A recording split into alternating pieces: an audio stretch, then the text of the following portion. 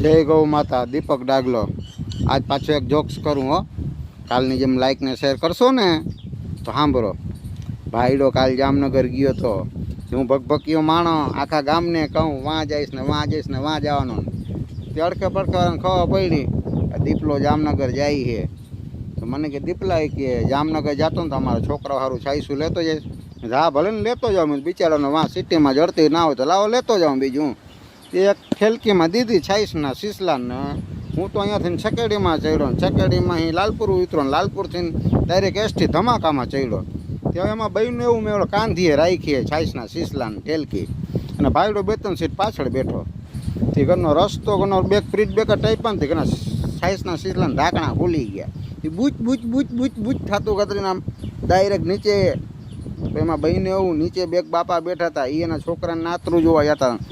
ધોરા લુગડા અસલ પહેરીનો અને ખારા ડિબાંગ થયા હો. લાલ કાકીંડો કેમ થાય એની જેમ. અને કે આ ક્યાં ગયો છાઈસવાળો.